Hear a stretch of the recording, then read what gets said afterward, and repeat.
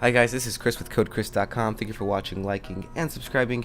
If you're new here, my name is Code Chris. I am the host, and I am a self-taught web developer. My background is actually in character animation. With all that being said, let's jump into today's topic, UpWork. What's wrong with it? And similar services. Okay.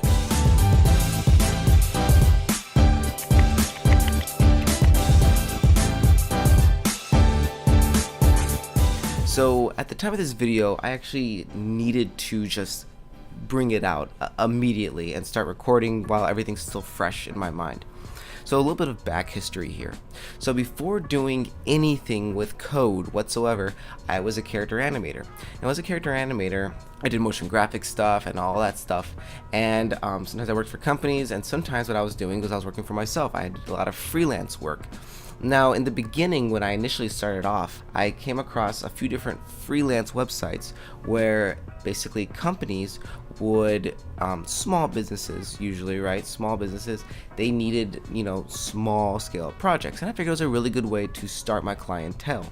And it was, and I was able to get eventually clients that would reference me or whatever, and I'd be getting like direct emails. So that's kind of how I initially built some of my network. Now, it's been quite a while since that time. The initial problem that I had with one of the services that I was using the most at the time was a company called Odesk. Now, Odesk has evolved into what is now called UpWork. It's the exact same company. In fact, my login credentials still worked and everything. So it's been a while since I've been to this website, let alone whatever. So a couple things. So some of the initial issues that I used to see with Odesk that I still see on UpWork is usually the first thing I notice is the pricing. Now, initially, you are facing people from around the world, and some people from other countries could afford to do things for significantly less than you could if you were living in the United States or in Europe or something like that. So with that being said, I figured it was initially a way to get my clientele started. Having said that, they have done a much better job of filtering it so that there are exclusively United States positions, which has made the process a little bit easier, and you'll see that those jobs do tend to pay quite a bit more because they know that Americans are going to be asking for more. Having said that, used to be one of my easy ways of getting a job is I'd just be like, I'm from the United States, I can speak perfect English. And people would say that that was one of the reasons they would hire me because of communication, because communication is very, very important. Anyways, well, having said that, so I went there again. Now, this is 2018, right? And one of my things for this year is I want to make additional income off of what I've learned, off of this development thing, off of coding, right? There are a bunch of different ways I can do that, and one of the most straightforward and simple ways to begin with, or have be one of the additional revenue streams to start messing with this, is go into freelance work. Now, there are a lot of reasons why haven't started doing freelance work specifically in web development yet, and it's for a lot of the same reasons that I was seeing issues with freelance work when I was doing animation. It's a whole process, but let's just get into the specifics of what I see wrong with UpWork specifically, and what I've come across before, and why I kind of got away from those kinds of websites. So, having said that, the first thing is that UpWork, specifically at least, the jobs in general are going to be lower than maybe what you would prefer. And that's an issue for two reasons.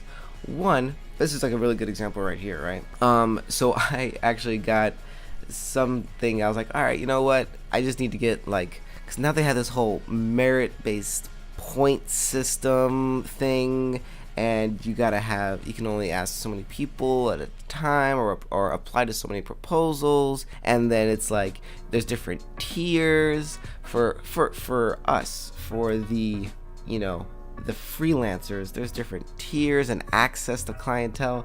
It's a weird, complicated process, okay? It should not be that complicated. So they've actually made it more complicated with that. So if you're new to this, like for example, basically I am now, and so if you're new to this coming in, you're just like, why do I gotta worry about tiers? Why do I gotta worry about this and that? So it's all garbage.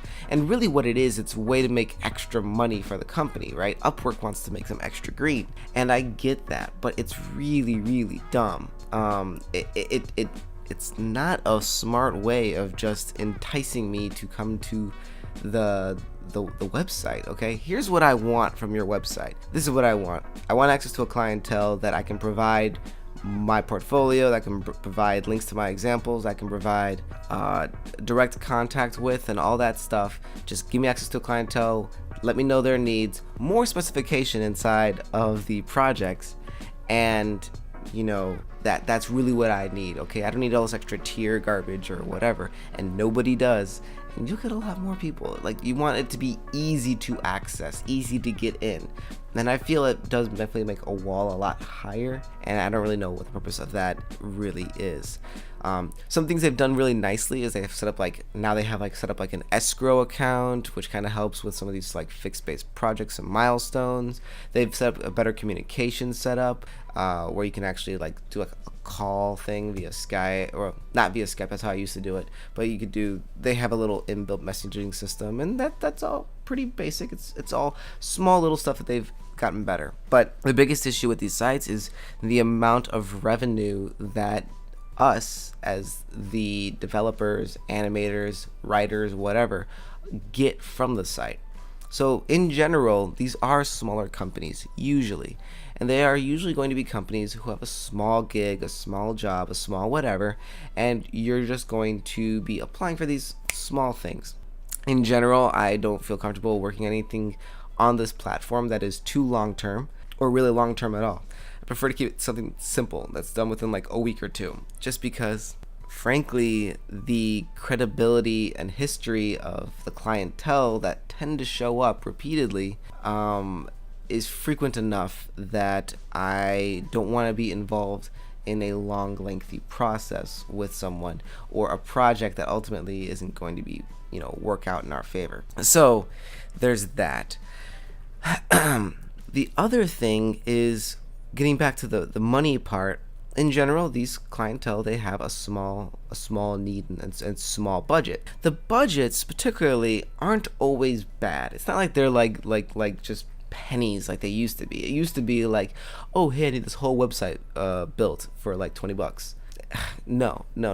At least the one with the new American filter, it's a little bit better, where people will be asking for like $500 for a small website or something. Maybe like that you can get something like simple together, and you can put something very basic you can get done within a few days, kind of a thing. Having said that, there are definitely, the biggest issue is the cut. So UpWork takes a cut. Now, as a business, I totally understand why they do this, right?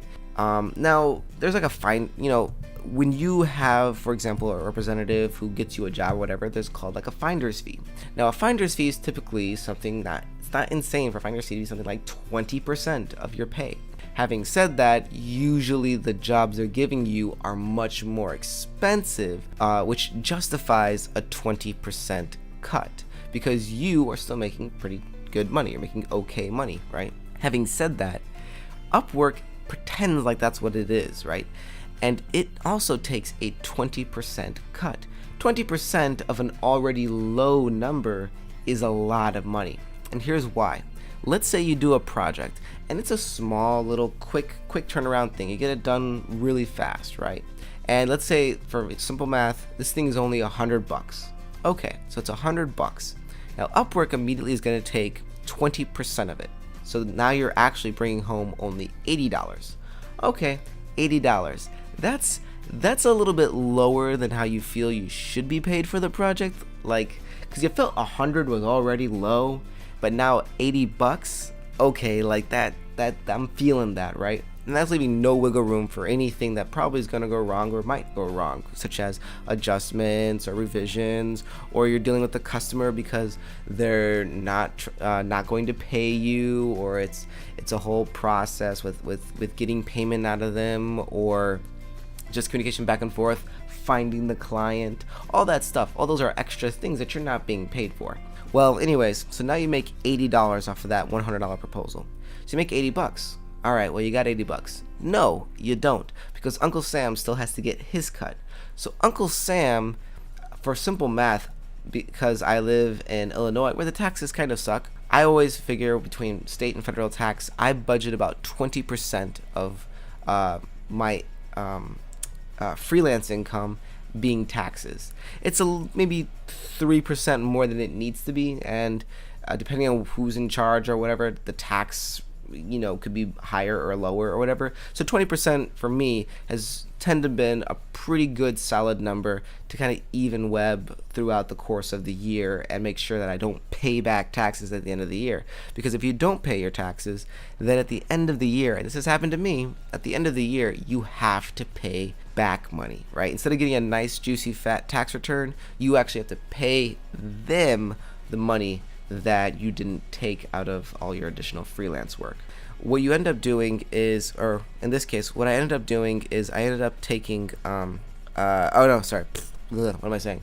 So if you were to take $80, now take another 20% of that. Okay. All right. So now you got so that's 16, right? 16 bucks that you've lost from that $80. So 80 bucks minus 16. Somebody here, 64. Is that right? Damn, that can't be right. There's no way. Hang on. We're gonna double check this. Yeah, 64 bucks. Okay, whoops. Yeah. So yeah, 64 bucks. That's okay. So now you made $64 on a project that you felt $100 was kind of tight, kind of not the best, worth it. So you made $64 on it. That's a pretty significant cut when you get down to it, right? Because really the way to think about it is essentially you're gonna make about 60% of what it is you're proposing. Now you can argue with me, well, Chris, my taxes are not that bad, or I don't have tax like that, or whatever the case is. That's fine. It's a little more. The point is, you started at a number that's already lower than you would prefer, but to be competitive, to actually get the job, to stay within their budget and all that stuff, you had to go ahead and submit to that. Then it's lower than that, whatever it is. So there's all that. Now, the people make the argument that, hey, if you're really qualified and you're really the best or whatever the case is, you can talk to them and propose more than that and just explain why you're worth it. And that is great salesmanship. The reality, though, and I could be wrong about this, but in general, the clientele that I've come to find on these websites, they're not looking for that, okay? Typically, what you're going to these websites for is you're looking for the quickest, cheapest solution for you want the lowest price for the best quality that you can afford within your budget. These websites are not looking generally for the highest quality. What they're generally looking for is something that can get the job done and stay within their budget. These are budget-based websites, which there is a need for that, and there is a market for that. I'm just saying, as the producers of the content, the producers of the work, you shouldn't make it so expensive for us. The reason why I say that is because, listen, you want to take a 5% cut? That seems very fine. I mean, PayPal, Visa, for crying out loud, takes 2.25%, and they tend to charge it on their end. Really what you should do is you should actually be changing things so that it's actually enticing the artists to come to the platform. Now, of course, the real sales in this is going to be the fact that they would prefer that the client pays as little as possible and that the actual transaction amount happens on our end. I get that, I understand that, but it's not cool, especially when they're charging. They are charging for some of the they charge. I don't remember if they still charge on the employer side. Some sites do that, and I can't remember anything off the top of my head, but some sites, they charge the employer to post. They also charge the artist to submit, and they also charge a transaction fee, right? Boom. So that's like 3 spots they're dipping into the bank. Right now, I think another one that I've come across, this is actually another one, is remote.com. This one has its own issue because of a similar issue where you have these tiers, and you gotta, that the artist is now paying to get access to the clientele, And I don't know. It's just silly to me, because that's, I guess it's how you filter people who want to pay money for that. I don't know. Anyways, guys, that's what I'm thinking of in regards to Upwork. And at the time when I've done this before in the past, there was other sites like freelancer.com and freelance guru and all these things. They're all pretty much very similar in their setup, and in some cases they would even have like the same projects. But once again, there is a market for this kind of work, for these kinds of people, and there's nothing wrong with the market. The market is what the market is, and there is a need for it. The issue is how it's being how it's making its money, because really what you're doing is you'll get people that, you know, have quality stuff and they want to do freelance stuff for these websites, and ultimately it's like, yeah, this money's not going to cut it. This setup is not going to cut it, and you can't do it long term. You just can't. And really what you do is you end up using it like I did, for the ability to start building a network of people that can connect you to others, and whatever the case is, like that. So I get that. Having said that, I am doing the freelance thing for web development a little bit on the newer side, right? I haven't done freelance work on the website. I've been working for companies, big companies, and with actually no, like one company was pretty small, and then the other company was is definitely bigger. Yeah, it's definitely a big company. Okay, whatever. The point is, oh, okay, cool. All right, well, I think I have covered my time here. Thank you for watching. Please like, comment, and subscribe. If you do have any questions, please leave a comment down below, and I will get back to you. Talk to you guys later. Bye bye.